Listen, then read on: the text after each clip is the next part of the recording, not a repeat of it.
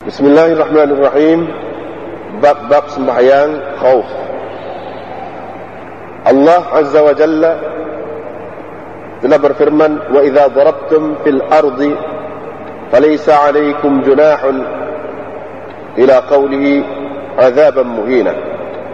Bila kamu berjalan di muka bumi, maka tidaklah menjadi kesalahan kepada kamu sehingga firman Allah Subhanahu wa taala, "'adzaban muhina." Imam Bukhari dengan sanadnya meriwayatkan daripada Zuhri, daripada Shu'aib. Dia kata, saya tanya Zuhri, adakah Nabi SAW telah bersembahyang? Maksudnya sembahyang khauf. Zuhri berkata, Salim menceritakan kepada kami bahawa Abdullah bin Umar berkata, saya berperang bersama Rasulullah SAW pergi ke arah Najd. Kami menghadapi musuh, lalu kami beraturlah untuk mereka, buat saf untuk mereka. Rasulullah SAW bangun bersembahyang mengimamkan kami. Satu golongan berdiri bersamanya dan satu golongan lagi menghadap musuh. Dia pun Rasulullah SAW rukuk dengan orang yang bersamanya itu. Ini orang yang sembahyang sama dia. Dan dia sujud dua sujud. Kemudian mereka berpaling.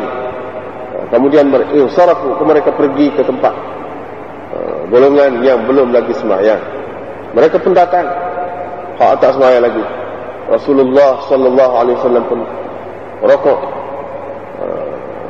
dengan mereka, yakni mengimamkan mereka satu rukuk dan sujud dua sujud. Kemudian dia memberi salam. Masing-masing daripada mereka itu berdiri. Faraka'a li nafsihi raka'atan, dan dia rukuk untuk dirinya sendiri satu rakaat dan dua sujud. Mana semaya rakaat masing-masing situlah. Ini bab salatul khauf, sembahyang khauf, rijalan dalam keadaan berjalan kaki ataupun dalam keadaan berdiri dan berkenderaan. Rajil maknanya qaim, berdiri. Imam Bukhari dengan sanadnya meriwayatkan daripada Nafi', daripada Ibnu Umar, serupa dengan qaul Mujahid, yaitu bila mereka itu bercampur bau dengan musuh,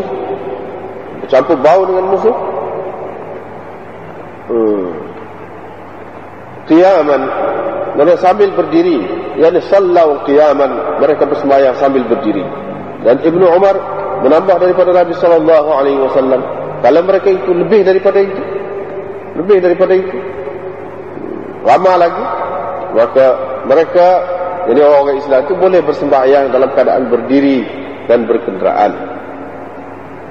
Ini bab sebahagian mereka menjaga sebahagian yang lain dalam sembahyang khauf.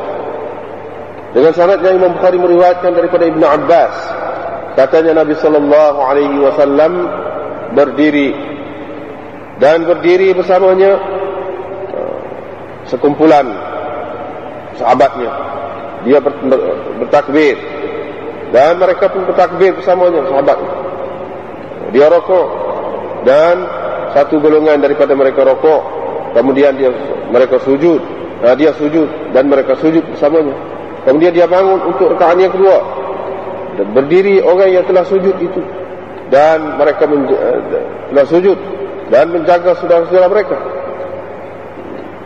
Wa atat at-ta'ifatul ukhra, dan golongan yang satu lagi itu datang. Mereka rukuk dan sujud bersama Nabi SAW. Masing-masing orang itu, semua orang itu berada dalam sembahyang, tapi sebahagian mereka menjaga sebahagian yang lain. Ini bab sembahyang inda munahadatil husun, ketika merempuh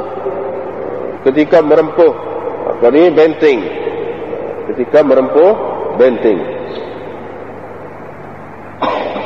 dan ketika bertemu dengan musuh. Al-Auza'i berkata, bila kemenangan sudah tersedia, mana sudah hampir dicapai, dan mereka tidak mampu untuk bersembahyang, tak boleh nak sembahyang, puasa sibuk sangat, mereka boleh bersembahyang dengan isyarat, masing-masing sembahyang untuk dirinya. Kalau mereka tidak kuasa untuk isyarat, mereka boleh mentakhirkan sembahyang sehingga selesai peperangan itu, atau mereka aman.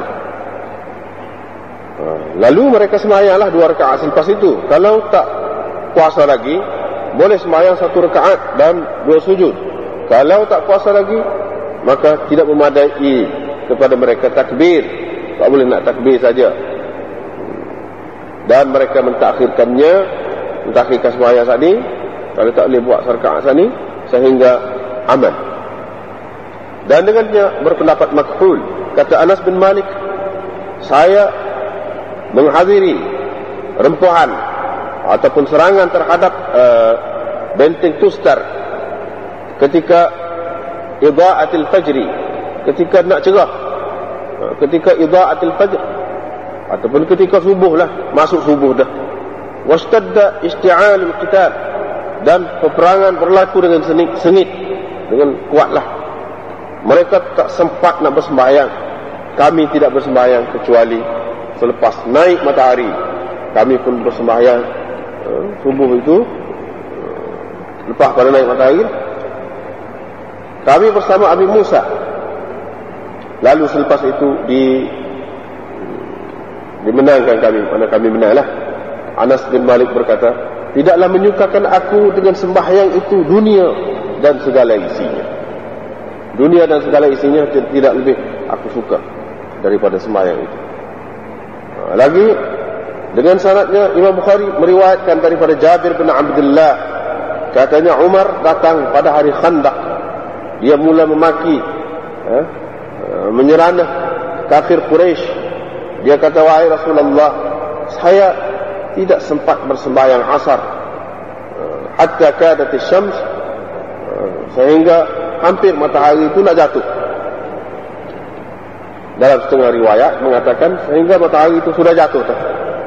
Nabi SAW bersabda, aku juga demi Allah belum mengerjakannya lagi. Qala, berkata perawi, dia pun turun di Buthan.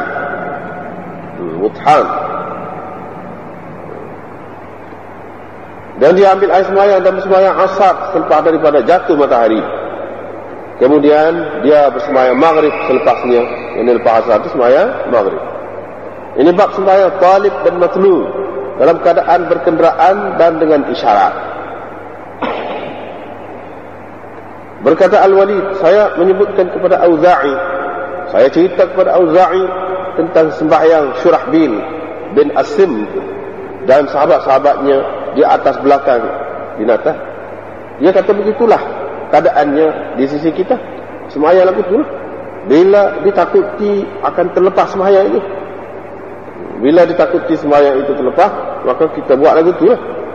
Dan Walid pula berpegang dengan sabda Nabi sallallahu alaihi wasallam, la yusalliyanna ahadun al-'asra illa fi Bani Quraizah. Janganlah seseorang itu bersembahyang asar kecuali di Bani Quraizah. Dengan sanadnya Imam Bukhari meriwayatkan daripada Ibni Umar, katanya Nabi sallallahu alaihi wasallam bersabda kepada kami, bila kami balik daripada Ahzab, jangan sekali-kali sesiapa bersembahyang asar kecuali di Bani Quraizah. Lalu sebahagian mereka sempat dengan waktu asar, mana masuk waktu asar pada ketika dalam perjalanan mereka. Sebahagiannya masuk waktu asar ketika dalam perjalanan, dan sebahagiannya mengatakan kita tidak akan bersembahyang sehingga kita sampai ke Bani Quraizah.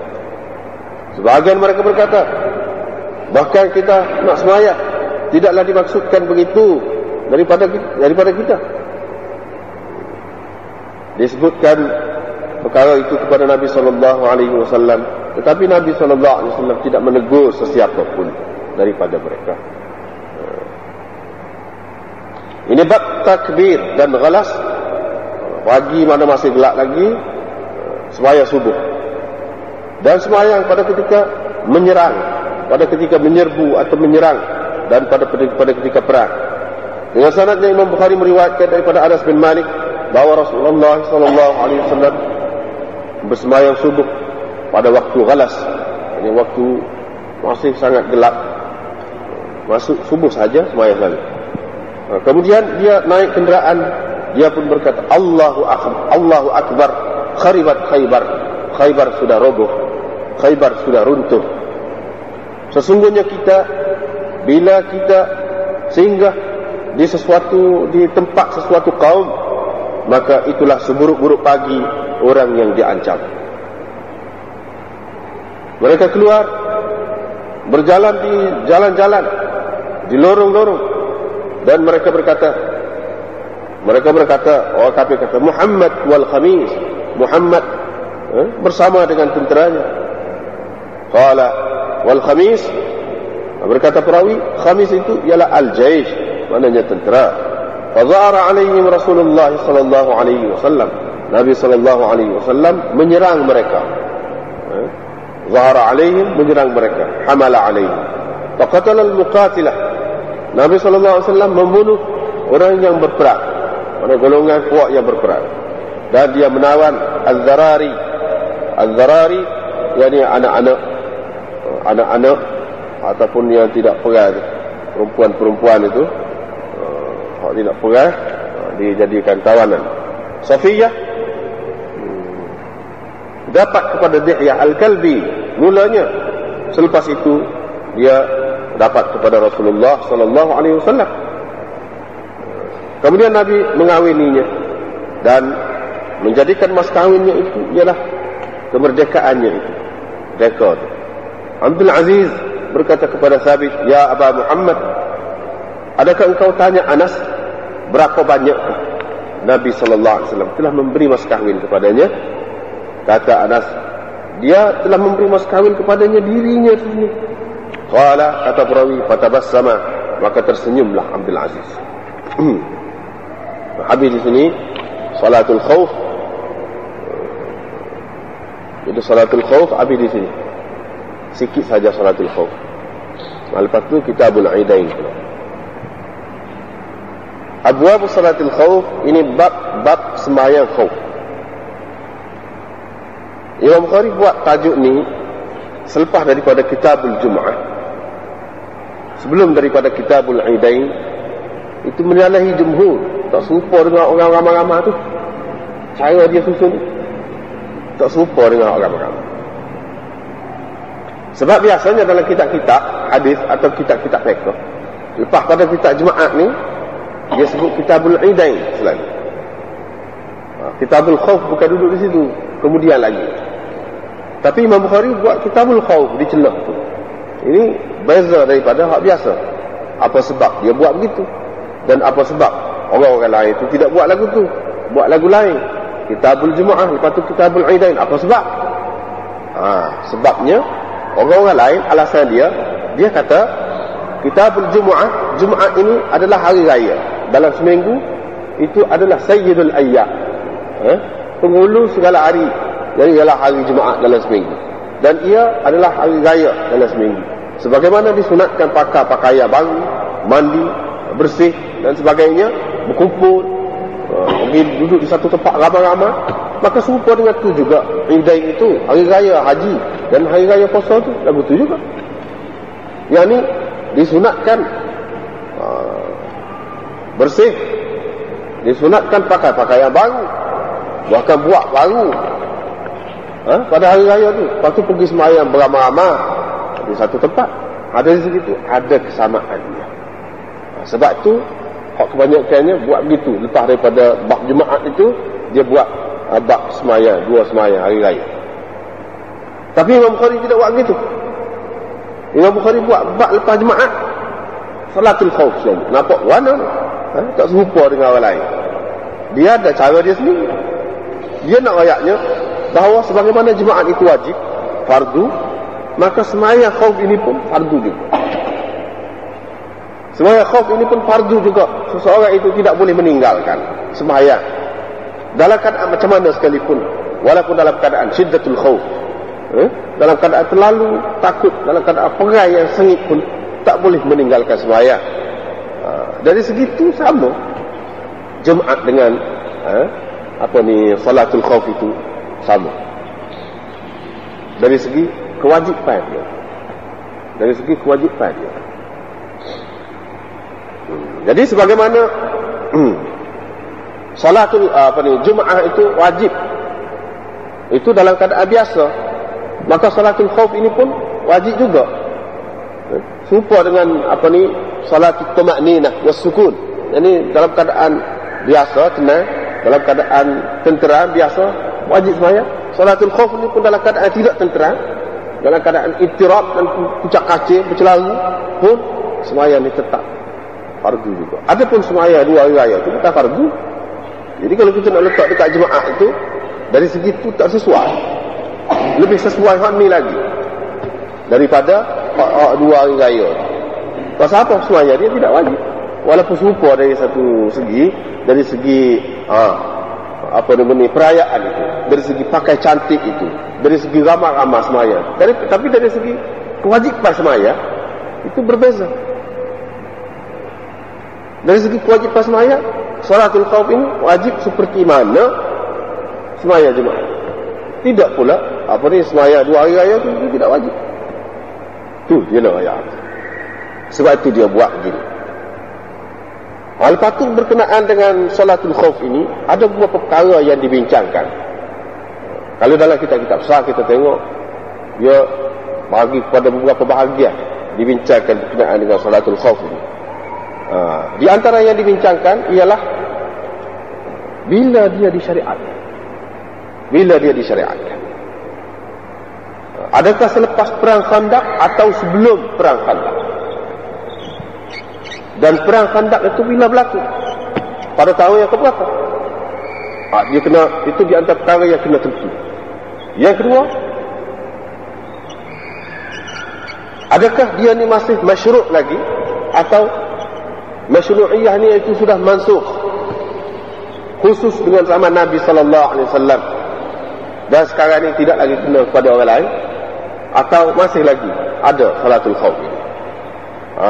Dua di antara yang dibincangkan. Di antara lagi yang disebutkan, iaitu salatul khauf itu berapa kali Nabi sallallahu alaihi wasallam sendiri sembahyang, dan berapa kali sembahyang, berapa banyak yang sabit dalam hadis. Itu juga yang dibincangkan. Dan berapa bentuk sembahyang itu, macam mana rupa dia, sifat sembahyang salatul khauf itu ada berapa macam. Itu pun di antara yang dibincangkan tentang salatul khauf ini. Di antara yang dibincangkan lagi ialah ayat ni. Ayat ni Imam Bukhari wa idza darabtum fil ard falaysa 'alaykum junahun an taqsuru min as-salah, dan seterusnya. Ayat ni. Jadi ayat ni maksud dia asalnya untuk apa? Ayat ini turun untuk menyatakan salatul khauf atau salatul musafir atau as-salatu fis safar, untuk menyatakan sembahyang dalam ketakutan perang ataupun sembahyang dalam perjalanan. Ayat ni ini pun khilaf. Jadi ada beberapa banyak perkara yang khilaf berhubung dengan ini. Jadi perkara yang pertama, iaitu adakah dia ni masih disyariatkan lagi atau tidak? Khilaf ulama di sini. Khilaf ulama. Sebab itulah Abu Yusuf, Imam Abu Yusuf, anak murid Imam Abu Hanifah, dan Muzani, Al-Muzani, anak murid Imam Syafi'i, dan Ibrahim bin Ulayyah, dan ramai lagi yang lain, beberapa lagi yang lain, dia mengatakan bahawa sembahyang khauf ini khusus dengan zaman Nabi sallallahu alaihi wasallam. Sekarang ini tidak ada lagi. Kalau ada sembahyang ini tinggal sejarah saja. Bukan kita nak buat sekarang. Tidak nak buat sekarang. Kata dia begitu. Sebab apa?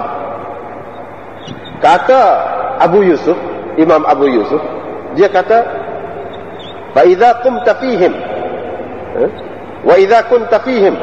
Di sini Imam Bukhari buat ni ayat ni dia buat sekerak je. Batu ila qauli, dia nak isyarat ni di sini ni Bukhari ni ada banyak nuskah. Dengan nuskahnya lagu ni. Walaysa alaikum junahun batu ila qauli azaban muhina. Lepas tu kalau kita tengok dalam kitab ni kitab nuskah hak Pakistan ni, dia ada buat pula tepi ni. Dia ada buat tepi ni, habislah ayat tu. Ayat tu sampai habis, sampai akhir ayat, sampai azaban muhina. Jadi dalam setengah-setengah nuskah Bukhari, memang dalam tajuk ni sebut habisnya ayat Quran ni lengkap dengan lengkap. Dalam setengah-setengahnya tidak lengkap seperti yang kita tengok di sini. Falaisa alaikum junahun fatu ila qawli azaban muhina. Jadi dalam ayat yang lengkap itu, Imam Bukhari buat mari kalau mengikut nuskah yang lengkap itu. Setengah nuskah yang menyebutkan ayat itu dengan lengkap itu, Imam Bukhari buat mari dengan lengkap ayat itu apa tujuan? Tujuannya nak menceritakan bahawa kalau berkenaan dengan sembahyang khauf ini, ayat Quran hak itulah, di situlah terkumpulnya berkenaan dengan sembahyang khauf ini. Dengan sebab itu dia mari semua. Tapi kalau hak ni mengikut nuskah yang tidak mari semua ni pun, maksudnya begitu juga. Sebab dia kata ila qauli, sampai kepada firman Allah SWT. Cuma ringkas. Jadi dalam ayat, di antara ayat tu kalau kita tengok tepi ni dalam ni hak nuskah ni, wa idza kunta fihim fa aqamta lahumus salah. Tu dalam ayat ni, bila engkau berada di antara mereka dan engkau mendirikan untuk mereka sembahyang ni, sembahyang khauf ni, Imam Abu Yusuf pegang dengan hak ni lah. Wa idza kunta fihim fa aqamta lahumus salah. Bila engkau berada di kalangan mereka, bila engkau mati tak ada lah, maka tak ada lah sembahyang. Kata dia ikut. Sebab dalam ayat dia sebut wa idza kunta fihim. Jadi lepas pada tu Nabi SAW wafat, tidak ada dah sembahyang. Salatul khauf ni sudah tidak ada. Itu mengikut apa nama ni Imam Abu Yusuf. Imam Muzani pula, Al-Muzani anak murid Imam Syafi'i. Anak murid Imam Syafi'i. Jadi dia ni kata bukan gitu, dia kata. Dia bukan kata sembahyang ni tak ada lagi dah, tidak disyariat lagi kepada kita, kepada umat ni kemudian ni, bukan berdasarkan ayat wa idza kunta fihim tadi, tapi berdasarkan hadis. Dia kata dalam perang Khandaq Nabi SAW tidak sembahyang asar. Tidak sembahyang asar. Sampai kepada Bani Quraisyah, akan datang kita terjemah dah. Tak sembahyang asar. Mana tunggu sampai ke sana. Bahkan sampai apa nama ni? Waktu cerita lain, waktu cerita kemudian lagi. Hak cerita dalam perang Khandaq ni, Nabi SAW tak ada sembahyang asar ni. Hak Sayyidina Umar asal ni. Mana tadi kita baca tadi, lamma raja'a minal ahzab la yusalliyanna ahadun. Ini Sayyidina Umar sumpah. Ja'a Umar yaumal Khandaq faja'ala yasubbu kuffar Quraisy. Ini mana tak sembahyang asar, dan Nabi SAW pun tak sembahyang asar kecuali selepas maghrib. Yang kita baca tadi. Nabi SAW pun kata saya pun tak sembahyang lagi. Lepas pada tu dia sembahyang asar, lepas pada jatuh matahari, lepas pada tu dia bangun sembahyang. Maknanya tak sembahyang asar. Kalau kata dia salatul khauf itu ada, apa Nabi SAW tak sembahyang? Sampai habis waktu, jaga waktu. Salatul khauf tu disyariatkan untuk jaga waktu tu. Ya, sekarang ni apa yang tak jaga waktu? Kalau memanglah dia tu tidak mansuh lagi, tidak mansuh lagi, tentulah Nabi SAW sembahyang pada ketika itu. Peristiwa itu menunjukkan bahawa salatul khauf itu sudah mansuh, dimansuhkan oleh peristiwa itu. Kata dia pegang itu. Itu pendapat Muzani. Tetapi jumhur ulama tidak berpendapat begitu. Dengan sebab itu kita tengok dalam kitab-kitab fiqh sampai sekarang ni, fiqh Pak Mazhab, dia ada kitab salatul khauf. Salatul khauf ni ada satu bab. Kalaulah benda tu sudah mansuh, apa perlu buat dalam kitab fiqh tu? Benda mansuh dah. Jadi alasan mereka mengatakan dia tolak apa nama ni, pendapat Abu Yusuf tadi pegang dengan wa idza kunta fihim tadi, dia tolak itu sebab kata dia ini tidak khusus dengan zaman Nabi SAW. Buktinya Kita kena tengok lepas pada Nabi SAW wafat, adakah sahabat-sahabat semaya lagi? Didapati memang banyak sekali semaya salatul khauf itu. Pas ramai itu sahabat, tidak ada pula sesiapa yang menegurnya. Bahkan orang yang penting-penting pun semaya salatul khauf itu menunjukkan dia tidak mansuh. Kalau sudah mansuh, takkanlah selama itu tak tahu. Ini jadi kau sikit pula orang yang mengatakan salatul khauf itu sudah mansuh, itu sudah tidak ada lagi, sikit orang tu. Hak ramainya tidak lagi tu. Takkanlah hak lebih ramai dia tak tahu. Dia kata lagi. Masalah khandak itu pula, hak semaya tak ada asal kata tu, lewat sampai ke maghrib tu. Jadi mereka tolak alasan itu, alasan Muzani itu. Sebabnya kita kena tengok bahawa hak khandak itu selepas tu. Kalau kita kira hak khandak itu hak sebelum atau selepas, tak secara hak tu. Sama ada orang yang mengatakan khandak ini awal lagi berlaku perang khandak ni pada tahun yang keempat. Ada yang mengatakan pada tahun yang kelima. Ada yang mengatakan pada tahun yang keenam. Tak apalah. Kalau kita katalah pada tahun yang keempat lah. Nabi SAW tak semaya lagi pada ketika itu. Sampai lewat asar. Pasal tidak ada lagi salatul khauf ini. Salatul khauf ni turunnya kemudian lagi daripada peristiwa ni. Sebab itu Nabi SAW tak semaya. Atau kalau kita kata memang selepas turun ayat ni, mana peristiwa khandak itu berlaku selepas turun ayat ni, mana salatul khauf sudah mari dah ayat. Tahulah mana tu buat lewat. Kita kena tengok pula lain-lain selepas tu. Nabi SAW buat lagi ke tidak? Dan sahabat-sahabat buat lagi ke tidak semasa hayat Nabi? Dan begitu juga selepas daripada Nabi SAW wafat, adakah buat lagi? Kalau buat lagi, supaya tak ada juga. Maknanya tidak dimasukkan oleh hak itu. Hak itu kerana satu keadaan. Waqi'atu hal la umumalah. Satu peristiwa yang tidak boleh kita umumkan. Tak boleh kita nak mengatasi. Hak sudah tetap berdasarkan nafs. Itu mengikut jumhur ulama, dia pendapat lagi. Imam Bukhari dalam masalah ni sama-sama dengan jumhur ulama. Iaitu dia mengatakan salatul khauf masih lagi berterusan masyru'iyahnya, masih lagi disyariatkan. Umat ni pun kena buat juga, tidak kata ditakhirkan, kecuali dalam keadaan-keadaan yang sangat sengit peperangan itu, sehingga seperti mana akan disebutkan nanti, sehingga sarka'at pun tak ada. Kalau dah pun takbir saja. Di situ masih ada lagi, boleh ke tidak semaya syiddatul khauf itu dalam keadaan takbir saja, begitu. Itu ada khilaf lagi. Kok mana-mana pun tak boleh tinggal. Maknanya ada semacam salatul khauf itu tetap ada. Itu berkenaan dengan yang pertama, adakah masyru'iyahnya itu berterusan sampai sekarang ni ataupun terhenti setakat zaman Nabi SAW. Yang kedua, seperti yang kita sebut tadi, adakah salatul khauf ini disyariatkan sebelum perang Khandaq atau selepas? Hal tadi yang kita sebut. Orang yang mengatakan sebelum perang Khandaq, dia mengatakan sudah masuk hak tu, dimasukkan oleh Khandaq itu. Orang yang mengatakan dia selepas, dia tidak boleh memansuhkan. Sebab apa? Macam mana peristiwa dulu nak memansuhkan kemudian? Mesti nasikh ini, salah satu syarat nasikh, mesti dari segi tarikhnya dia tu kemudian. Itu syarat nasikh. Jadi kalau kita kata ayat ini turunnya kemudian daripada peristiwa Khandaq, maka tentu sekali peristiwa Khandaq itu tak boleh memansuhkan, tidak boleh menjadi nasikh kepada ayat. Itu tidak mengambil kira lagi hadis ahad boleh atau tidak lawan dengan mutawatir, nas mutawatir seperti Quran ni, tak ambil kira lagi. Kalau kita terima pendapat yang mengatakan boleh hadis ahad pun boleh memansuhkan hak mutawatir seperti ayat Quran, atau mentaksiskannya, kita katakan mentaksiskannya. Kalau kita kata boleh, qala boleh lagi lah, sebab ayat ni turun kemudian. Kalau kita terima begitu, itu dua perkara.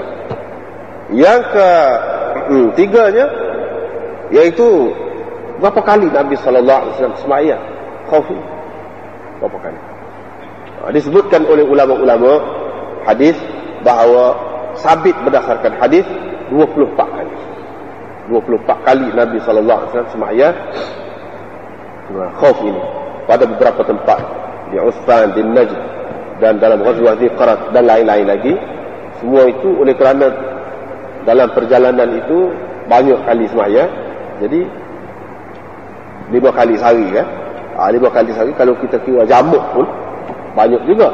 Dengan sebab itu 24 kali itu tidaklah bermakna lama sangat. Jadi 24 kali. Tetapi kaifiat ataupun surah sifat sembahyang Nabi SAW itu disebutkan sampai 16 surah, 16 kaifiat. Bagaimanapun Imam Bukhari hanya menyebut 2 saja di sini. Dalam kitab dia sebut 2 daripada 16. Kebanyakan yang disebutkan oleh Imam Abu Dawud, paling banyak menyebutkan cerita kaifiat ataupun sifat sembahyang khauf ini disebutkan oleh Abu Dawud dalam sunannya, iaitu Sunan Abi Dawud, iaitu 11 dia sebut. Dalam itu saja 11. Lepas tu lain-lain lagi disebut oleh Ibnu Hibban, oleh Tabarani dan lain-lain lagi. Itu semuanya 16 kaifiat. Jadi masalah kaifiat ni mestikah terikat dengan satu kaifiat, itu tidak bergantung kepada keadaan. Sebagaimana yang kita dapati dalam kitab-kitab fiqh lah, bergantung kepada keadaan. Bergantung kepada keadaan. Jadi kalau keadaan itu misalnya musuh duduk sebelah kiblat, maknanya kita menghadap kiblat, musuh itu mari menghadap kita, bukan daripada belakang kiblat. Belah mana cara dia? Itu lain pula. Kalau musuh mari daripada belakang, lain pula. Kalau mari daripada sini, lain pula. Jadi itu semua kaifiat tu sesuai dengan keadaan lah, kaifiat. Yang keempatnya berkenaan dengan ayat ni. Wa idza darabtum fil ardi falaysa 'alaykum junahun an taqsuru min as-salah in khiftum an yaftinakum alladhina kafaru. Dan seterusnya ayat tu. Hak ni turun, ayat ni berhubung dengan salatus safar ataupun salatul khauf. Jumhur mengatakan ayat ini turun berhubung dengan salatul khauf, bukan salatul safar. Tapi Imam Abu Hanifah dan beberapa kalangan ulama yang sependapat dengan dia mengatakan tidak, ayat ini asalnya turun berhubung dengan semaya safar dalam perjalanan. Sebab apa ayat ini mula dengan wa idza darabtum fil ard. Wa idza darabtum fil ard, bila kamu, sebab dia tulis bawah tu dalam kitab ni lah, dalam kitab ni, idza safartum, bila kamu musafir, mana darabtum, bila kamu musafir, maka tidak menjadi kesalahan kepada kamu antaqsuru minas salat, untuk nak qasarkan sembahyang, untuk nak qasarkan sembahyang. In khiftum ay yaftinakumul ladzina kafaru. Orang lain pergi dengan hak tu. Bukan safar ni musafir saja, semata-mata musafir. Tetapi kerana takut orang kafir tu akan akan mengelirukan kamu atau membahayakan kamu, menggugat kedudukan kamu. Jadi takut tu ada. In khiftum, daripada situlah ambil salatul khauf itu. Adapun hak semaya salatul safar itu dalam hadis-hadis yang lain pun ada hak tu. Jadi mereka mengatakan salatul khauf ini sabit berdasarkan nas. Inilah nas ni. Tetapi Imam Abu Hanifah mengatakan tidak. Hak asalnya, ayat ini asalnya dia menunjukkan salatul safar. Tetapi secara tabi'i, bit-tabi'i, termasuk jugalah salatul khauf itu. Tetapi bukan asalatan, tetapi bit-tabi'i, mengikut bagi salat safar. Maknanya bagi dia, kalau tidak dalam perjalanan, misalnya seorang itu dalam hadar, tidak dalam perjalanan, maka dia tak boleh buat salatul khauf. Itu bagi Imam Abu Hanifah. Itu bezanya, akibat beza. Kenapa? Adapun orang lain dia mengatakan salatul khauf ini qaid darabtum, itu qaid ittifaqi, bukan suatu yang luzumi, bukan suatu yang luzumi, tetapi qaid ini adalah qaid ittifaqi. Mana kalau kita mengaji dalam mantik pun begitu juga. Ini ada dua qaid, itu ada qaid ittifaqi, ada qaid luzumi. Jadi di sini qaid ini bukan qaid luzumi tapi qaid ittifaqi. kebetulan pada peristiwa berlaku itu mana dalam perjalanan. Tapi bukan maksud ke perjalanan. Yang paling utamanya dalam ayat ini ditekankan iaitu dalam keadaan ketakutan. Kalau seseorang itu, kumpulan Islam itu berada dalam hadar, tidak dalam perjalanan, tapi dia diancam oleh musuh, pun boleh juga salatul khauf. Bukan mesti kena safar. Tapi Imam Abu Hanifah kata kalau safar dulu baru boleh. Kalau tidak tak boleh salatul khauf. Dia itu best. Lepas tu Imam Abu Hanifah pula dia kata salatul safar ini qasar itu wajib. Dia kata wajib.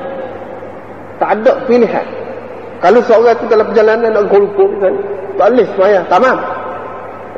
Tak boleh nak itmamkan sembahyang itu, tak boleh. Pasal apa? Tidak ada. Dalam perjalanan ini hanya ada qasar saja. Tapi orang lain kata ini adalah mukhayyar. Boleh pilih. Seseorang itu boleh pilih sama ada nak sembahyang penuh atau nak sembahyang qasar. Cuma bezalah pendapat tu pula, ada pula khilafnya hak mana lebih afdal. Tak apalah tu. Tapi ke mana-mana pun boleh. Sama ada nak sembahyang tamam ataupun nak sembahyang qasar. Imam Abu Hanifah kata tak boleh, kita sembahyang qasar saja. Faham tu mari mana? Dia satu hadis yang lain pula. Iaitu ada tabi'in tanya Sayyidina Umar, macam mana kalau kita tengok ayat ni, idza darabtum fil ard falaysa 'alaykum junahun an taqsuru min as-salah. Tidak menjadi kesalahan kepada kamu kalau nak qasar sembahyang. Kalau dalam keadaan takut. Sekarang ni kita sudah aman. Kita tidak dalam keadaan takut. Apa? Boleh tak lagi qasar tu, sembahyang qasar tu? Sembahyang qasar tu boleh tak lagi?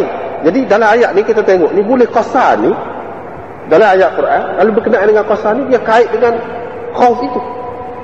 Dia kait dengan ketakutan kepada musuh itu. Jadi kalau berdasarkan ayat Quran tak ada berkenaan dengan sembahyang. Ayat ini sepoi Imam Abu Hanifah tu memang untuk safar. Kalau kita kata ayat ini untuk dalam keadaan khauf, maka safar itu tidak. Untuk khauf maka safar itu tidak menjadi alasan untuk qasar. Jadi hadis yang lain menyebutkan, sahabat tanya masalah qasar sembahyang ni. Jadi lagu mana? Kalau kita tengok pada ayat ni, ada boleh qasar sembahyang ni, boleh qasar sembahyang atau kena qasar sembahyang mengikut Imam Abu Hanifah. Itu dalam keadaan kita takut. Sekarang ni kalau sudah tidak ada ketakutan, satu perjalanan biasa, boleh kita lagi qasar. Sayyidina Umar kata, aku juga muskil seperti kamu juga. Sebab itu aku pernah tanya Nabi SAW, tanya. Nabi SAW jawab, tilka sadaqatun faqbalu, tilka sadaqatun min Allah Ta'ala faqbalu sadaqatahu. Itu adalah sedekah yang Allah Subhanahu Wa Ta'ala beri kepada kamu, maka hendaklah kamu terima sedekahnya itu. Di sinilah jumhur ulama dan Imam Syafi'i mengatakan, kalau kita tengok kepada hadis itu, Nabi SAW kata tilka sadaqatun minallahi ta'ala, itu adalah sedekah daripada Allah Subhanahu Ta'ala kepada kamu, faqbalu sadaqatahu, maka hendaklah kamu terima sedekahnya itu. Nabi SAW sebut perkataan sedekah. Faham orang nak beri sedekah kita, wajib kita terima.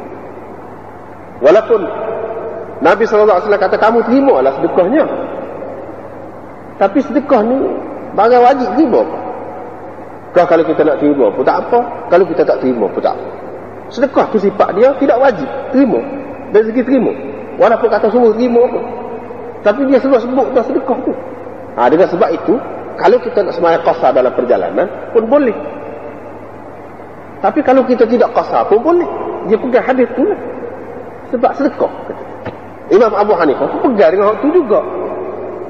Dia kata sedekah bukan sedekah daripada orang. Sedekah daripada Allah SWT. Pada dia suruh terima.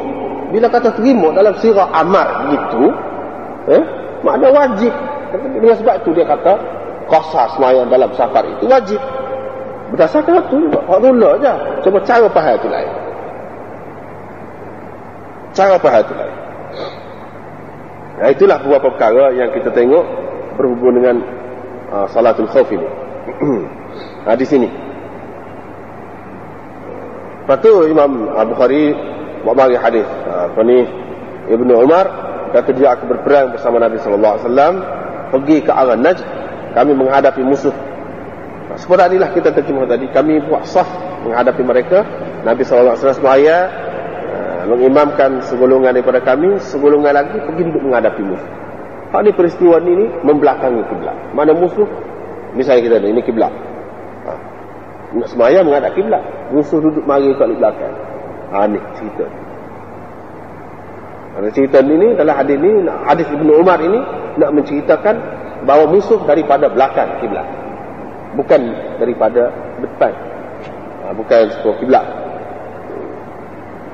Jadi dengan sebab itulah satu golongan sembahyang bersama Nabi sallallahu alaihi wasallam satu rakaat, satu golongan lagi pergi menghadapi musuh, jaga, kawal. Bila satu rakaat itu selesai, hak ni bangun pergi duduk tempat hak tak sembahyang lagi. Lalu hak tak sembahyang lagi kemari dan dia sembahyang satu rakaat dengan Nabi sallallahu alaihi wasallam. Lepas pada itu masing-masing sempurnakan sendirilah, sudah sendirilah. Itulah dia. Lepas pada itu sudah sendiri. Lepas tu sudah sendiri itu mestikah dengan menghadap kiblat sampai ke akhir atau tidak? Hak tu pun ada beberapa pendapat juga. Ada yang mengatakan kena menghadap kiblat juga.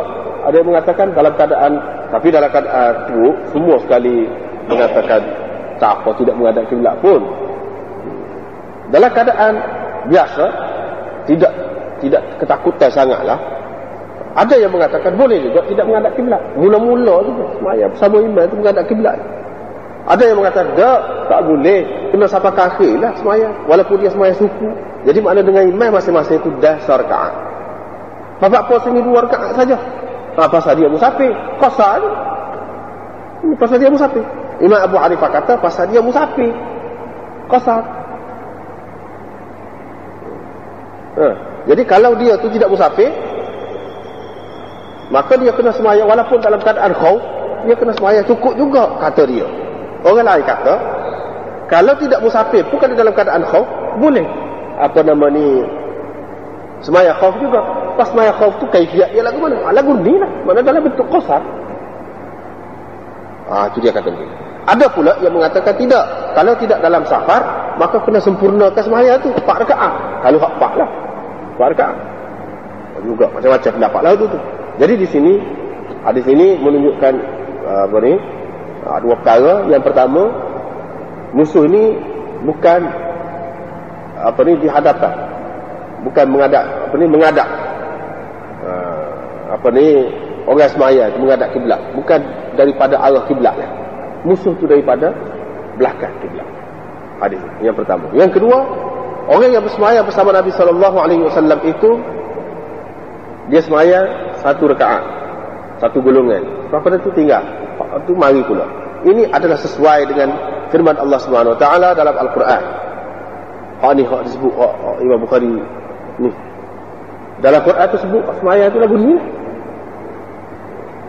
Satu golongan pergi sembahyang sama untuk imam, hak tu duduk jaga. Lepas pada tu boleh suara rakaat, hak tu mari pula.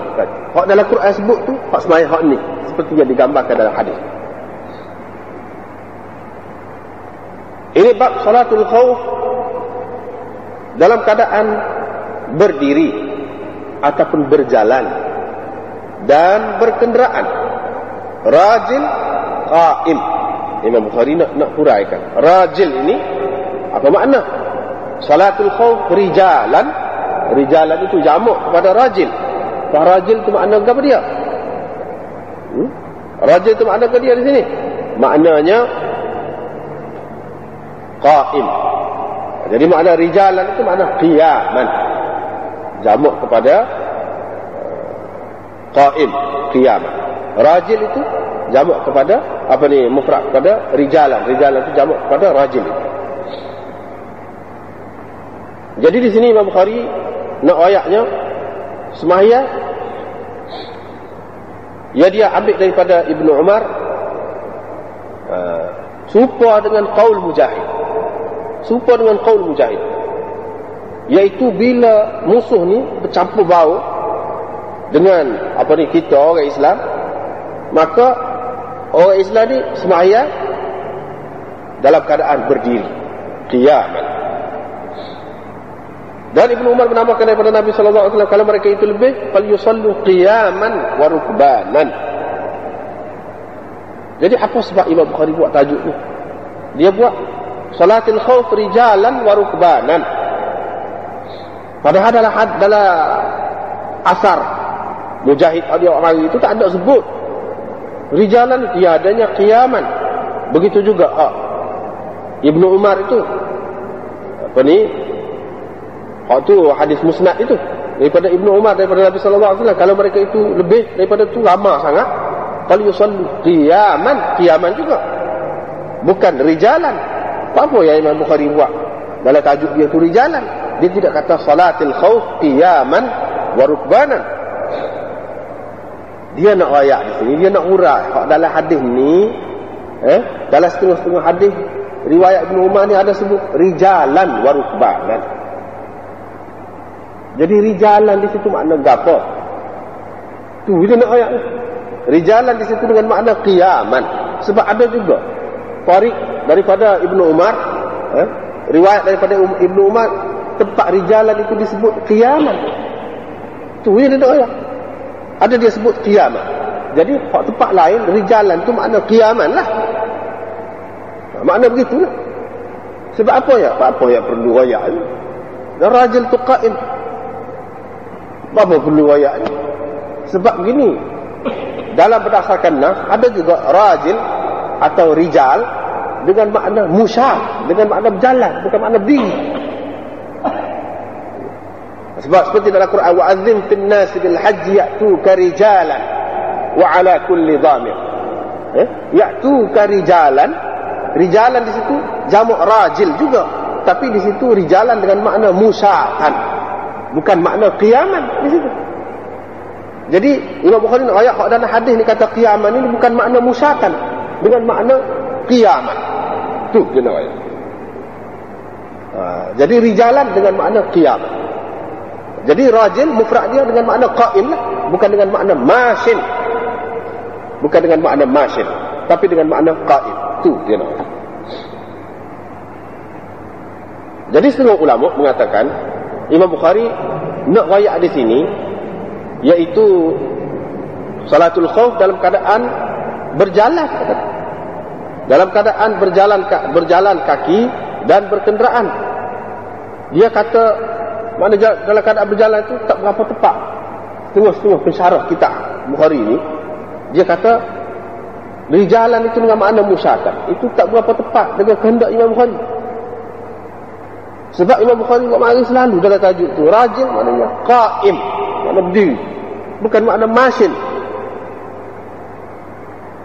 Sebab kalau dengan makna masin, dia akan bercanggah dengan tajuk Imam Bukhari buat ni akan-akan. Itu sesuai dengan tajuk itu babu salatit talib wal matlub rakiban wa iman. Talib dan matlub termasuk dalam satu pula, lebih sesuai dengan tajuk tu. Jadi hak ni makna salat qaim, dalam keadaan qaiman, bukan dalam keadaan apa ni masyian.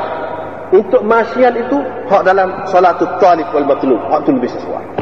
Kalau kita kata di sini pun dengan makna apa rijalan dengan makna musyatan, jadi bertindih pula.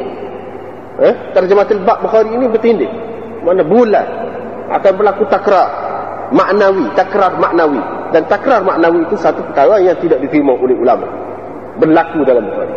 Takrar lafzi boleh berlaku, tapi takrar maknawi tidak boleh berlaku. Kalau kita kata lagu tak ni rijalan dengan makna musyatan, bermakna akan berlaku takrar maknawi, pengulangan dari segi makna dia.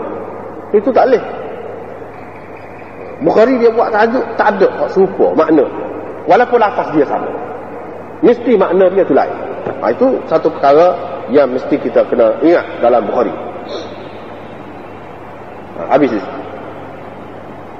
Ini bab yahrusu ba'duhum ba'dan fi salatil khauf. Sebahagian mereka menjaga sebahagian yang lain dalam sembahyang khauf. Daripada Ibnu Abbas katanya Nabi sallallahu alaihi wasallam bersembahyang dan sahabat-sahabat bersembahyang bersamanya. Dia bertakbir, mereka bertakbir bersamanya. Dan dia rokok. Satu golongan daripada mereka rokok. Kemudian dia sujud. Mereka sujud bersamanya. Kemudian dia bangun untuk yang kedua. Maka qamal ladzina sajadu, maka berdiri orang yang telah sujud, dan mereka menjaga saudara-saudara mereka. Wa atat at-ta'ifatul ukhra, dan golongan yang lain datang, faraka'u wa sajadu ma'ahu, dan mereka rukuk dan sujud bersamanya. Wan nasu kulluhum fi salah, dalam keadaan semua orang itu duduk dalam sembahyang, tetapi sebahagian mereka menjaga sebahagian yang lain. Ini bentuk yang kedua sembahyang khauf, iaitu semua ni menghadap kiblat belakang. Pasal musuh mari daripada arah kiblat, mari daripada arah kiblat. Cumanya beza di sini, iaitu pada ketika rokok tu tidak rokok semua, tapi semaya sekali semua. Pada ketika rokok tidak rokok semua, sebahagian maknanya tetap perhatianlah ke depan, jaga. Bila kawan ni bangun, waktu pula rokok. Begitu juga dengan sujud. Jadi tidak kata semaya sesarkaah, tidak. Bahkan semua semaya sekali. Tapi dari segi pergerakan itu tidak seperti biasalah juga. Sebab Nabi sudah rokok, setengah yang rokok, setengah tidak rokok. Siapa dia berdiri, abang kawan itu rokok. Jadi misalnya kita kata beberapa saf lagu tu, diatur lagu tu, beberapa saf rokok sama Nabi SAW, dan beberapa saf tidak rokok bersama Nabi. Itu dalam rakaat yang pertama. Dalam rakaat yang kedua pula, yang pertama tadi rokok bersama Nabi, waktu tidak rokok. Hak lewat rokok tadi tu rokok. Jadi begitu. Tapi masing-masingnya dalam sembahyang dah jaga. Jaga tu, jaga satu sama lain. Dia boleh jaga dengan sebab apa? Dengan sebab musuh di sebelah sana, di sebelah kiblat. Boleh buat lagi. Jadi tidak kata masing-masing itu satu rakaat dah dengan tu imam, satu rakaat, lepas tu satu rakaat lagi dia buat sendiri. Tidak. Bahkan kedua-duanya sekali. Kedua-duanya sekali dalam keadaan sebahagian yang menjaga sebahagian yang lain fi salatil khauf, dalam sembahyang. Ini bentuk yang kedua. Dua cara inilah yang disebutkan oleh Imam Bukhari dalam kitabnya. Adapun 14 lagi tu disebut dalam kitab-kitab yang lain. Hak ni ada juga sebut, tapi tak baki lagi tu ada sebut dalam kitab-kitab yang lain. Jadi maknanya yang penting dalam sembahyang khauf ini iaitu jaga sebahagian, jaga sebahagian yang lain. Ini bab sembahyang pada ketika menyerbu benteng ataupun kubu, dan ketika bertemu dengan musuh. Al-Auza'i berkata, bila kemenangan sudah tersedia, mana dekat benar nak menang, dan mereka tidak kuasa untuk sembahyang, tak boleh nak sembahyang. Nak sembahyang seperti biasa, seperti tadilah, tak boleh nak sembahyang. Mereka boleh bersembahyang dengan isyarat. Masing-masing sembahyang untuk diri dia. Kalau mereka tidak kuasa untuk isyarat, mereka takhirkan sembahyang sehingga habis tu kan. Mana sembahyang boleh dengan isyarat. Dengan isyarat boleh. Dengan isyarat tu mana seperti orang sakit sembahyang lah. Lagu mana? Rokok tu, itu tu kalau sujud tu bawa lagi. Dalam keadaan lagu tu.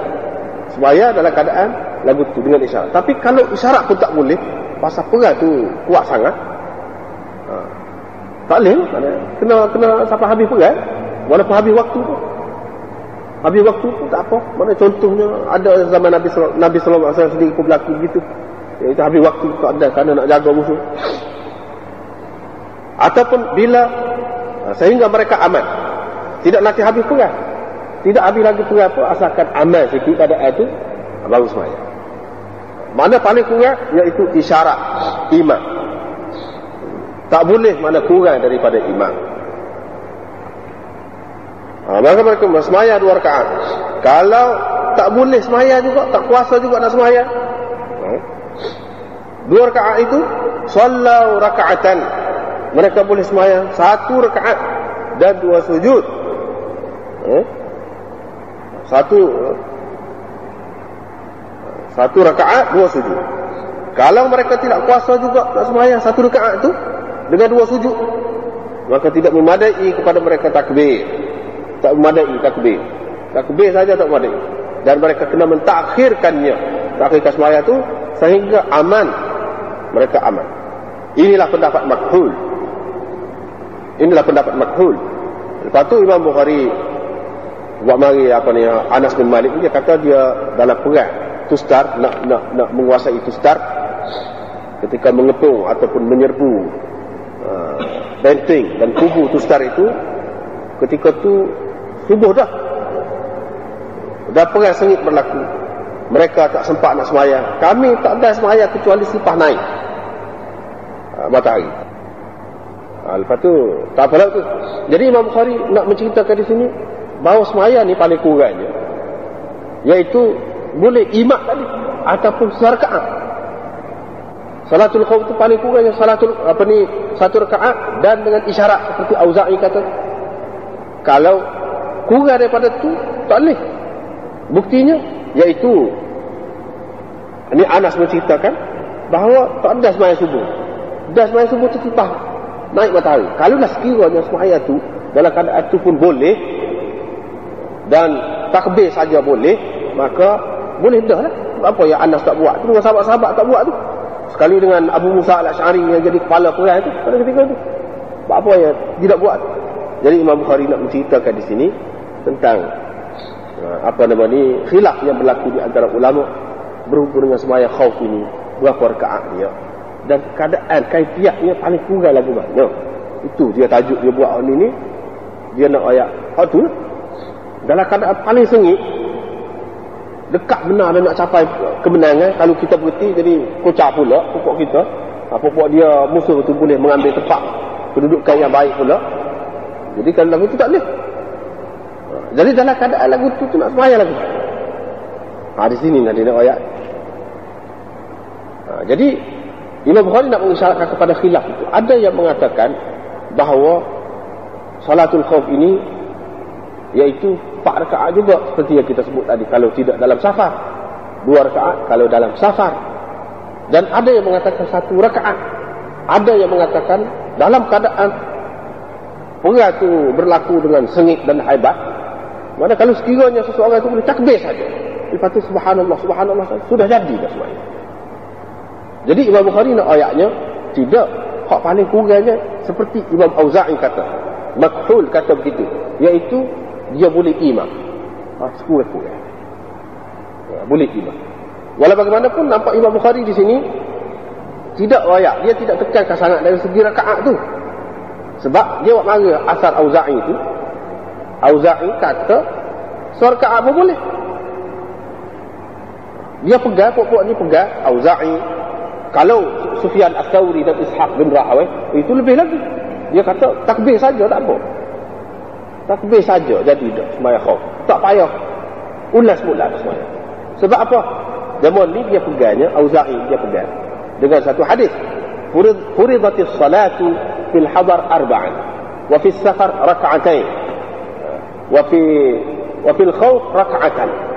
Dia pegang dengan tu. Mana dalam hadar 4 rakaat. Dalam safar 2 rakaat, dan dalam khauf 1 rakaat. Difardukan 1.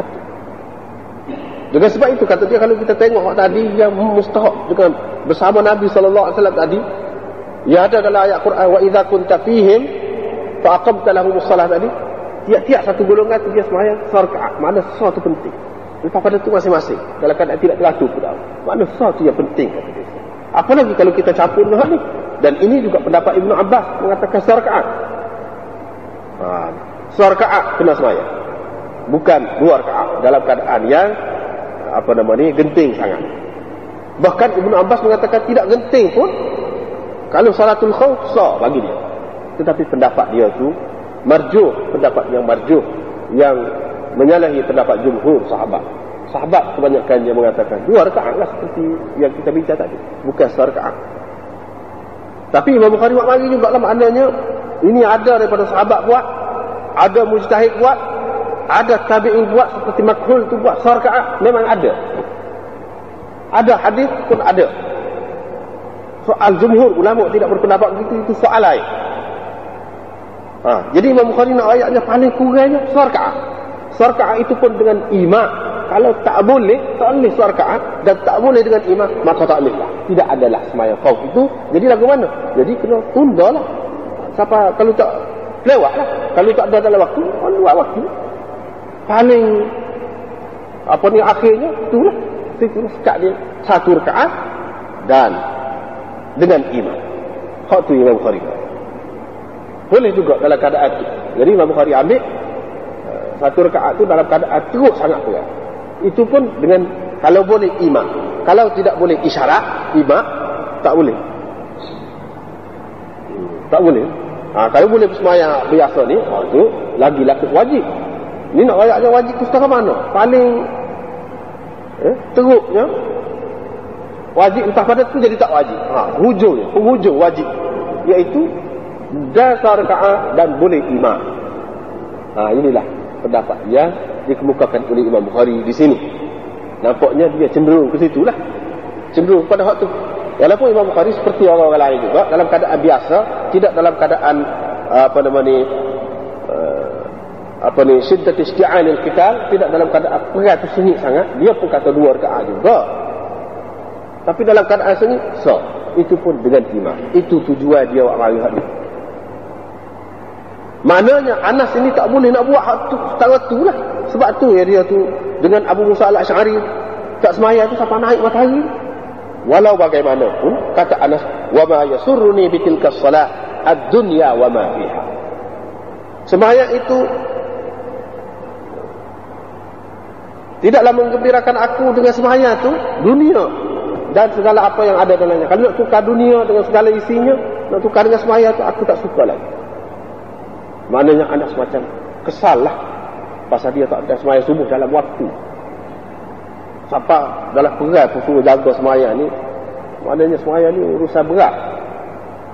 Jadi dia rasa sembahyang dalam waktu itu satu perkara yang mahal. Sehingganya kalau nak tukar dengan dunia dan segala isinya, aku tak suka lah, aku tak say dunia, nak sembahyang lagi. Itu sah pendapat. Pendapat yang kedua mengatakan bukan anak kesal. Hak ni lebih boleh. Bahkan dia gembira sebenarnya. Sembahyang tu sembahyang hak lewat walaupun di luar waktu, tapi suka. Aku suka. Kalau nak tukar dengan dunia pun aku tak say lagi dunia dengan isinya. Pasal apa? Sembahyang tu kerana Islam. Kalau kita pergi sembahyang dalam waktu, mesti jadi kucak-kacir. Kita tidak boleh takluk, kita tidak boleh kuasai benteng. Tapi dengan sebab kita lewat sembahyang itu walaupun di luar waktu, tetapi kita dapat menguasai kubu orang kafir.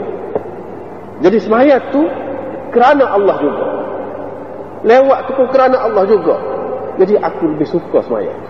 Kalau sembahyang itu satu peluang yang istimewa lah bagi dia berasa di dalam hidup dia,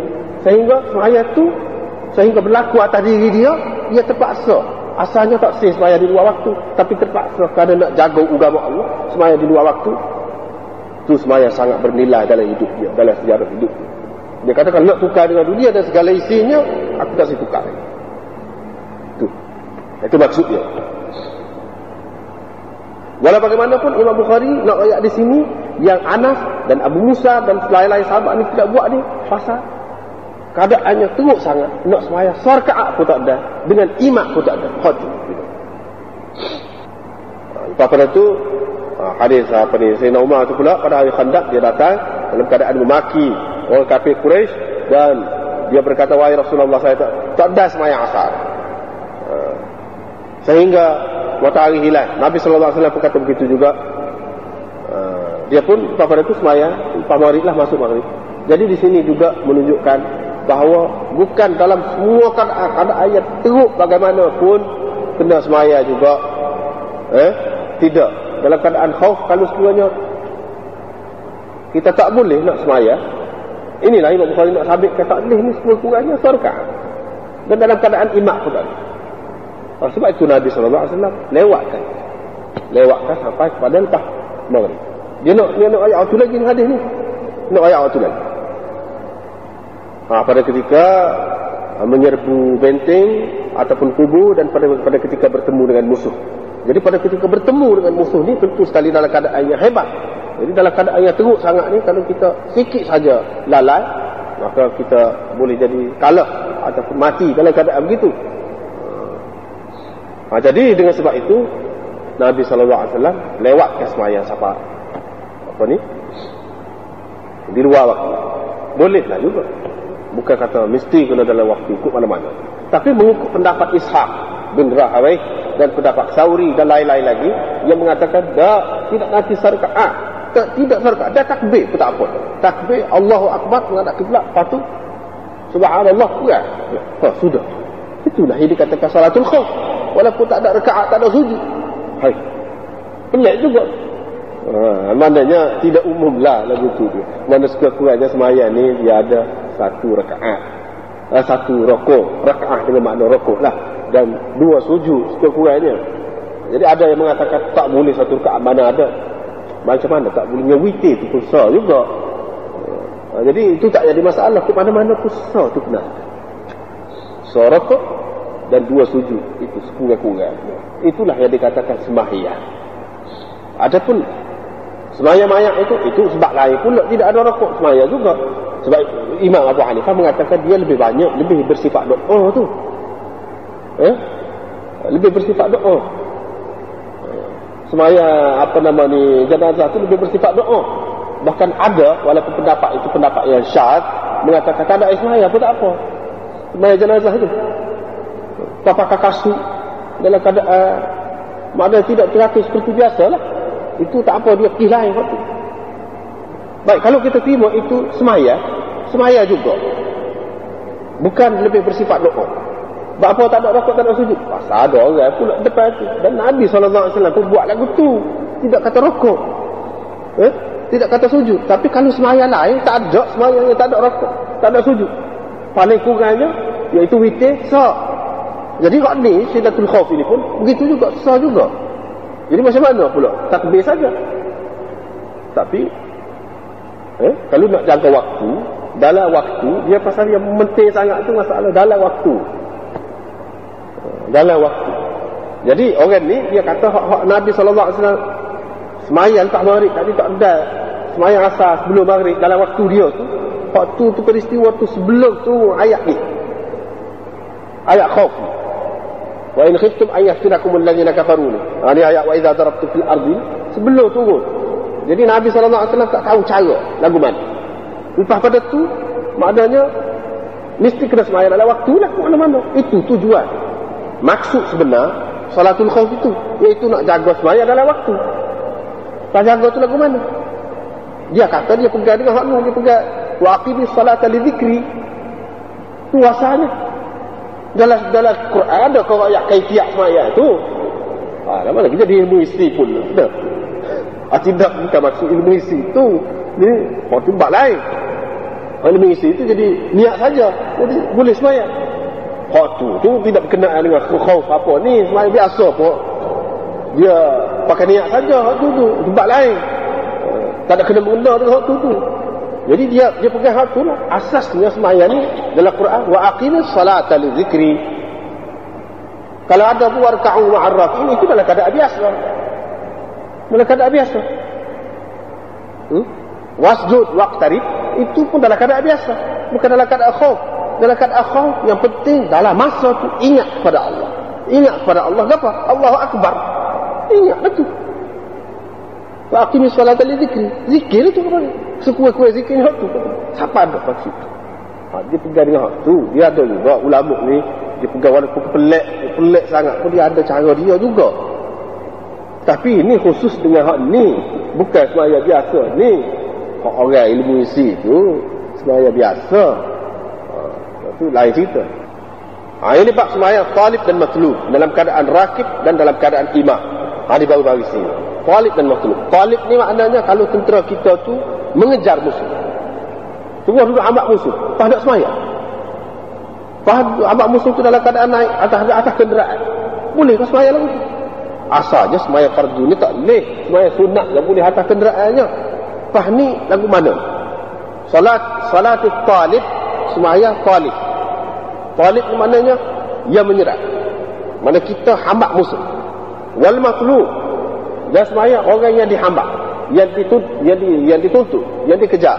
Katakanlah kita orang Islam dalam perang, kita kena hambak ke musuh.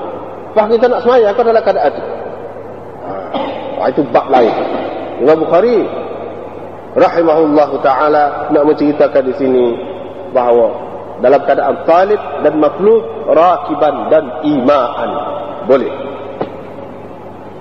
Walaupun ada khilaf juga di sini. Ada yang mengatakan dalam keadaan talib tak boleh berkenderaan itu.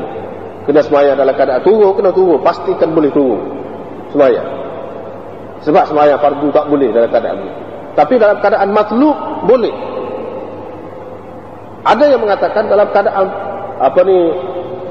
matlub boleh semaya berkenderaan itu. Tapi nak semaya dalam keadaan duduk bawah tak boleh. Mula ada juga macam-macam lah pendapat. Walau bagaimanapun Imam Bukhari di sini sependapat dengan Imam Malik, mengatakan dalam keadaan lagu mana pun boleh. Imam Syafi'i pun lagu tu juga, dalam keadaan lagu mana pun boleh. Imam Abu Hanifah kata tak boleh. Ini orang panggil salatul musayafah. Salatul musayafah, mana semaya pada ketika duduk pedal tu duduk bersilasio. Dalam keadaan tu tak boleh. Imam Abu Hanifah kata semaya. Itu sudah jadi pergerakan banyak sangat tu, kata dia. Imam Syafi'i, Imam Malik, Imam Bukhari kata ini bab lain.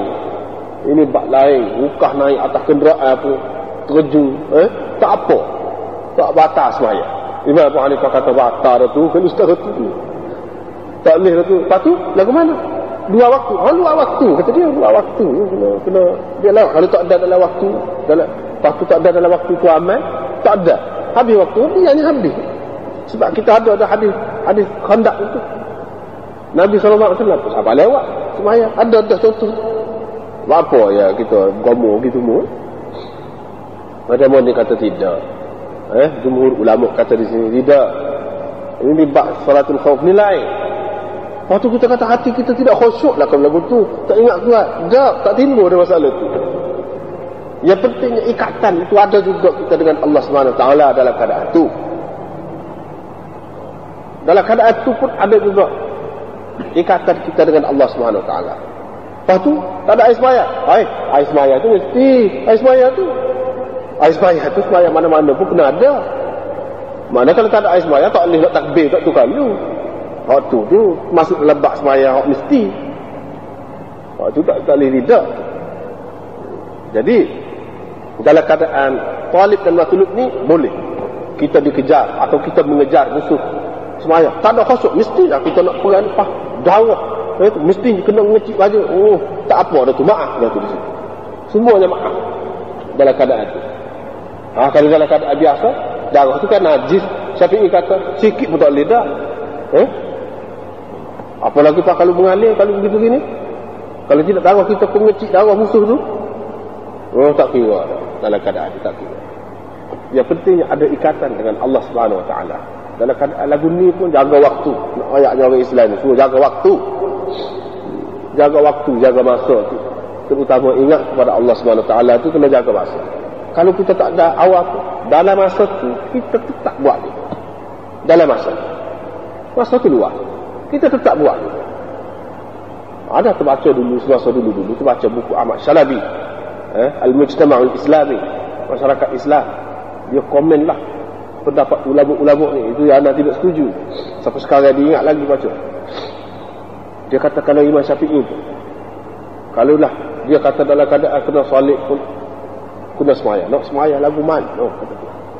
Dalam keadaan khauf ni pun, maknanya dia sokong pendapat tadi lah Abu Yusuf. Tapi dia tak ayat dalam tu. Maknanya gitulah. Mana salatul khauf dah pun ni tak ada dah. Macam mana nak semaya? Semaya ni maksudnya khusyuk. Wa qumu lillahi qanitin khashi'in. Tapi dia tak ayat lah, ayat tu maksud dia. Kita tak menghurai hak dia tu. Jadi kan mana ada khusyuknya? Kalau dah guna. Lepas tu kalau orang sakit tu sangat pun kena semaya. Isyarat. Bukan itu maksudnya, kata dia. Kalau orang kena solat pun kena. Maksud sebenarnya nak tanam semangat, jaga waktu tu, kata dia. Bukan nak suruh semaya tu. Bukan nak ikat diri kita dengan semaya tu. Kalau lagu tu tak ada makna juga lah. Kalau tidak ikat dengan semaya. Jaga waktu tu utama. Sebab kita kata hikmah semaya tu tanha 'anil fahsya'i wal munkar. Bila dia sudah kita ni tidak buat jahat, tak payah semaya lah. Dan hikmah tu sudah ada dah. Apakah begitu? Tidak. Bahkan hak jumhur ulama ni pendapat dia molek. Iaitu dalam keadaan lagu tu lah sepatutnya orang ingat Tuhan. Walaupun cara ingat tu tidak tentu semua orang kata tidak seperti semaya biasa ni, tapi kena ada ikatan hati kita dengan Tuhan. Supaya juga orang mengandung, kita kata mengandung sepatutnya lagi ke orang hate kita kata tak semaya. Orang mengandung tu penat lah, nak bangun pun susah, kena semaya juga. Apa macam tu. Jadi kalau mengikut Ahmad Syalabi payah-payah, jadi tak lah. Pasal maksud asalnya nak jaga waktu. Bila kita ni jaga waktu, boleh dah tahu lain kerja kita, sudah siapa maksud lah. Sesoalannya begitu. Tidak begitu. Maksud sebenarnya ialah ingat kepada Allah SWT. Itu maksud semaya. Bukan jaga waktu. Jaga waktu itu ialah salah satu syarat dia. Tapi maksud sebenar semaya ialah ingat kepada Allah SWT. Dalam keadaan itu patut kita ingat kepada Allah SWT. Bila-bila masa kita nak mati ni, takkan dalam keadaan kita nak mati, dalam keadaan orang tu mengandung syarat dah, kita ingat pada Allah SWT pula. Patut ketika tu dia ingat pada Tuhan. Biar anak tu jadi molek, ingat Tuhan. Atas Tuhan tu jadi molek, jadi tak molek anak kita tu. Jadi dalam keadaan tu kalau kita ingat ada sebuah hubungan dengan dia, kita tidak dikuasai oleh syaitan. Kita mati pun dalam keadaan baik. Bahkan kalau mati dalam jihad lagi, mati dalam semaya dalam jihad lagi. Walaupun semaya tu tentu dah semua orang kata tidak seperti biasa. Apa jadi masalahnya? Dia kata kalau Imam Syafi'i pun kalau kena lagu tu mungkin dia kata dia akan meninggalkan fatwa. Itu serangan terhadap ulama tu. Kita pun ada juga tak terima pendapat ulama, tapi kita tak kata begitu. Tak kata kalau kena ke dia. Jadi sesoalannya dia keluar pendapat tu tak kena ke dia. Itu makna ikut nafsu. Tak boleh kata lagu tu pada ulama. Kepada ulama pula, ulama bukan main-main. Imam Syafi'i tak boleh kita kata lagu tu. Kena hormat kepada ulama. Dia kata lagu tu dia ambil kira dah lah tu. Kalau kena ke dia pun dia akan buat. Tak boleh kita kata kalau kena ke dia akan batal. Tak kena tu kata lagu tu. Bila dia kata lagu tu dia akan buat lagu tu. Kita kena faham gitu. Jadi kadang-kadang pendapat orang baru ni, apa yang kita sebut tu nak mengingatkan kita, kadang-kadang pendapat orang baru dia ada lah benda lagu tu. Ada banyak juga molek, bukan semuanya tak molek, tapi kadang-kadang tu macam begitu.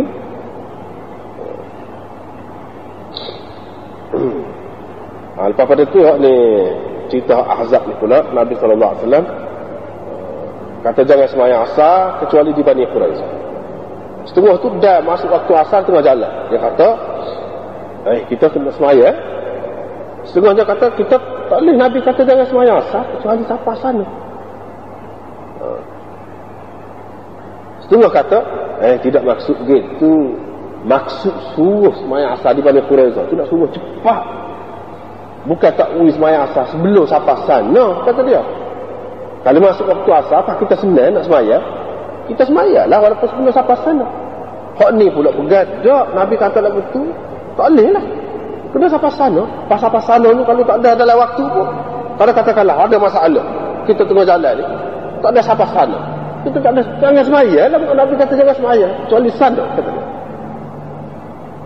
Tu ada dua pendapat, dua golongan. Jadi di sini Imam Bukhari buat masuk ni,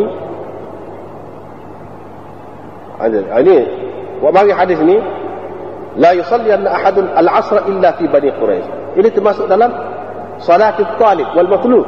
Salatul talib, sembahyang talib. Maknanya apa yang Nabi gaduh sangat ni nak pergi Bani Quraisyah. Ceritanya selepas perang Khandaq itu selesai, maka Nabi SAW pun tak apa tu, sahabat-sahabat dia ada setengah mandi, setengahnya sembahyang. Lepas tu Jibril pun mari. Jibril kata, pecah dah kau senjata, pecah dah kau, pok-pok kita tak pecah lagi. Tak pecah pedai, tak pecah gam dia lagi, kata dia. Nabi SAW kata apa maksudnya? Kata dia kena pergi Bani Quraisyah. Lepas tu Nabi SAW kata, dia kata lalulah tu dia ni, Nabi kata jangan sembahyang asar kecuali di Bani Quraisyah. Maknanya tak habis lagi cerita tu, maknanya sambung sana. Jadi maknanya puak-puak Nabi ni pergi nak kejar puak-puak Bani Quraizah yang bersekongkol dengan puak-puak yang membatalkan janji, puak-puak Yahudi ni. Batal janji. Tolong puak-puak kafir Quraisy. Jadi Nabi SAW diperintahkan supaya serang puak-puak ni pula. Jadi puak-puak Nabi SAW ni orang panggil Talib. Jadi setengahnya itu tengah jalan lagi masuk waktu asar. Jadi dia sembahyang lalu. Di sini tak ada rakyat. Sembahyang dia tunggu kah? Oleh kerana nak cepat ke tadi, maknanya jangan sembahyang asar kecuali di Bani Quraizah. Maksudnya nak suruh cepat. Jadi dalam keadaan nak cepat tu takkan tunggu. Kalau tunggu jadi lambat pula. Mesti sembahyang atas kenderaan. Nak ayatnya Talib ni dalam keadaan atas kenderaan pun boleh sembahyang. Itulah Imam Bukhari nak ayatnya mesti dia tak tunggu ni. Hak mana sembahyang? Hak tak sembahyang tu tak apalah. Dia tak tunggu. Hak sembahyang ni. Hak sembahyang ni dia tunggu ke tidak? Mesti tidak tunggu. Kalau tunggu itu relax pula tu. Tidak jadi Talib pula. Tidak jadi Talib. Mesti dia tidak tunggu. Bila tidak tunggu maknanya boleh sembahyang. Khauf ini di atas kenderaan dalam keadaan Talib. Apalagi dalam keadaan matlub. Di sini tak nak sebut matlub ni. Kalau Talib boleh, matlub apa lagi? Itu dia sabit berdasarkan min babil aula.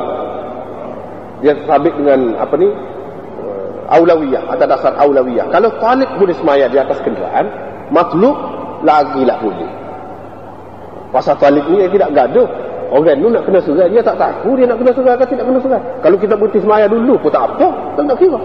Tak payah atas kenderaan, boleh. Kalau kita matlub ni, kita dikejar.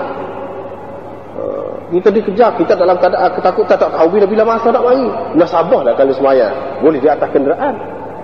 Hak tidak, hak ada khilafnya. Talib ni boleh ke tidak semaya atas kenderaan? Imam Bukhari nak ayatnya, boleh. Bukti ni, kata dia. Ni ada setengah yang semaya asar tengah jalan. Semaya asar tengah jalan, tentu dia tidak tunggu. Sebab dia faham maksud Nabi suruh semaya di Quraizah tu, nak suruh cepat. Kalau tunggu semaya, jadi tak cepat, jadi lambat pula. Jadi muktadha cepat tadi, apabila dia kata nak cepat tadi, mesti dia tidak tunggu mana semaya di atas kenderaan. Jadi kita kata wana semaya fardu di atas kenderaan pula. Ini bab lain. Bab lain. Orang kata tak boleh semaya fardu atas kenderaan. Itu dalam keadaan biasa. Ini masalah Talib dalam keadaan perang. Kemudian bab takbir dan ghalas semaya subuh dan semaya pada ketika igharah dan harb. Jadi hak sani Nabi SAW tak tegur hak mana-mana. Nabi tak kata apa-apa je. Kan aku kata dah kan, jangan semaya asar sampai Bani Quraizah. Sebab apa yang semaya dah? Tak kata. Hak asal lagi pun dia tak kata juga. Mungkinlah ada juga yang terlewat kau. Terlewat jadi tak ada siapa. Jadi dia tak semaya asar dalam waktu, maknanya tak apa juga dalam keadaan. Jadi Nabi SAW tak soal banyak. Banyak pula dah kena orang di situ, jadi mengikut ahli usul dia pegang daripada situ. Banyak pula usul dia boleh buat tubik daripada situ. Itu cerita lain. Kemudian takbir dan ghalas semaya subuh dan semaya pada ketika igharah dan harb. Nabi SAW semaya subuh pada ketika ghalas. Kemudian dia Allah Akbar. Jadi takbir dan ghalas dalam sebuah mushaf dia sebut bab takbir wal ghalas.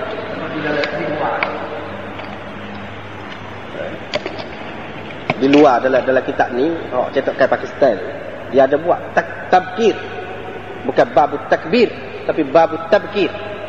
Ini bab bersegera dan semaya subuh pada waktu ghalas dan semaya pada ketika menyerang dan pada ketika perang. Jadi takbir dan tabkir ada di situ. Kalau kita kata tabkir, mana segera. Segera ni, berapa tidak segeranya? Dah semaya subuh tu pada ketika ghalas. Lepas tu pergi selalu pada ketika itu. Itu makna tabkir. Bermakna ghalas dan tabkir itu, ghalas tu, waw tu, ataf tafsiri. Ataf tafsiri. Mana tabkir itu, apa makna tabkir? Bersegera tu. Bersegera pada ketika mana? Pada ketika ghalas. Jadi ini ataf tafsiri orang kata. Kalau kita kata takbir, mana ataf ni lil mughayarah lah. Maknanya takbir dan pada ketika wajib. Yang ni semaya lepas pada tu takbir. Seperti Nabi sallallahu alaihi wasallam kata dalam hadis ni, Allahu akbar kharibat khaybar. Bila semaya tu lepas pada tu takbir. Kharibat khaybar. Jadi adalah dalam ni. Jadi hak tabkir pun ada, boleh kita faham juga daripada matan ini, dan hak takbir pun boleh kita faham juga, boleh kita ambil juga daripada matan. Jadi masalah takbir ni, bukankah kita kata dalam perang ni tak siwi gagal, kena senyap-senyap. Dah kalau takbir Allah akbar gagal sana, musuh siap selalulah kan lagu tu. Senang lah kan lagu tu. Apa lagu mana? Sama kan lagu ni? Tidak sama. Jangan kita faham hadis tu, maknanya sesuatu hadis kita tengok satu tempat tu lagu tu sama. Tidak sama. Setengah-setengah keadaan itu untuk menaikkan semangat kita, untuk mengingatkan kita kepada Allah SWT. Ya, kita nak berjuang, nak berjihad untuk apa? Untuk Allahu Akbar lah. Untuk menyatakan Allahu Akbar li'ila'i kalimatillah. Untuk tu. Jadi kita mengingatkan diri kita dan mengingatkan kawan-kawan kita sekali itu. Sebab itu Allah Akbar dalam keadaan tidak menyebabkan musuh itu jadi tahu pula keadaan kita. Kalau dia tu dalam keadaan tahu, banyak cerita kita tengok dalam sirah Nabi, dalam hadis ni, tak tahu, dia tak tahu Nabi sallallahu alaihi wasallam surah siapa, dia tak tahu. Kalau takbir tahu dah lah. Maknanya bukan semua keadaan. Di sini juga Imam Malik faham, hak dulu kan selepas semaya tu takbir, bab takbir ba'da solat ini, takbir selepas semaya tu, Imam Malik faham bukan makna lepas semaya tu Allahu Akbar kata lagu tu dalam semaya, lepas semaya biasa ni. Padahal ada dalam Bukhari, tapi ulama tak faham lagu tu. Semua ulama tak faham lagu tu. Kita sudah bahas dah dulu. Kita sudah bayar dah bahawa takbir itu maksudnya sebahagian daripada zikir yang disebutkan selepas semaya ialah Allahu Akbar, takbir. Maksud disebut juzuk, tapi bukan maksudnya juzuk itu saja. Itlaqul juz wa iradatul kull. Sebutkan juzuk tapi maksudnya semua sekali. Masuklah hak Nabi raya lagu mana? Subhanallah, alhamdulillah, ataupun hak lain-lain lagi. Sebut juzuk tapi maksudnya kull, semua tu. Ada juga yang kata begitu. Ada yang mengatakan takbir tu bukan sama-sama. Di masjid dia tu pas maya takbir lagu tu. Kecuali Ibnu Hazm saja yang kata lagu tu. Hak lain kata tidak. Takbir ni dalam keadaan perang. Dalam keadaan nak naik semangat. Sahabat-sahabat dia setengah-setengah keadaan seperti di sini. Ni ada Allah Akbar lepas maya lah. Hak tu bukan maksud lepas maya tu kata Allah Akbar takbir lah. Tidak lagi. Takbir tu maksudnya ini. Ataupun kata dia pada hari raya. Takbir lepas raya. Lepas pada semaya raya. Takbir pada ketika tu. Bukan semua 5 waktu, semaya 5 waktu sama-sama. Takbir tidak. Jadi dia kata Allah Akbar kharibat khaybar. Tak ada apa lagi. Jadi orang kafir itu kata Muhammad wal khamis, Muhammad mari dengan bala tentera dia. Dan wal khamis itu makna al-jaish. Nabi sallallahu alaihi wasallam pun serang mereka lah. Dan Nabi bunuh orang mana hak lawan tu, hak muqatilah menjadi tentera, dia bunuh. Tetapi Az-Zarari, anak-anak dia ataupun perempuan-perempuan dia jadi tawanan. Dia tawan. Safiyahnya di antara yang ditawan juga. Bila ditawan itu, maka dia jadi hamba lah kira-kiranya. Bila ditawan, jadi hamba dengan sebab tawanan. Jadi dia boleh kepada Dihyah Al-Kalbi mula-mulanya mengikut pembahagiannya. Lepas tu sahabat-sahabat mengatakan tidak sesuai sebab dia ni anak raja. Jadi hak sesuainya dengan Rasulullah sallallahu alaihi wasallam sendiri. Hak sesuainya begitu. Jadi ini juga satu perkahwinan yang membawa hasil yang baik kepada tu kaum dia tu masuk Islam bukan main ramah. Sebab dia kata Rasulullah sallallahu alaihi wasallam ni bukan seperti orang lain. Dia takluk satu negeri, dia hinakan negeri. Sebagaimana dalam Al-Quran kata innal muluka idza dakhalu qaryatan afsaduha wa ja'alu a'izzata ahliha adillah. Wa ja'alu a'izzata ahliha adillah. Orang hak mulia-mulia pun jadi hina.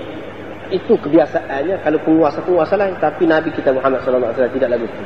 Dia perang setelah kalah tu anak tua kita dia buat isteri dia. Ini adalah satu penghormatan kepada kita.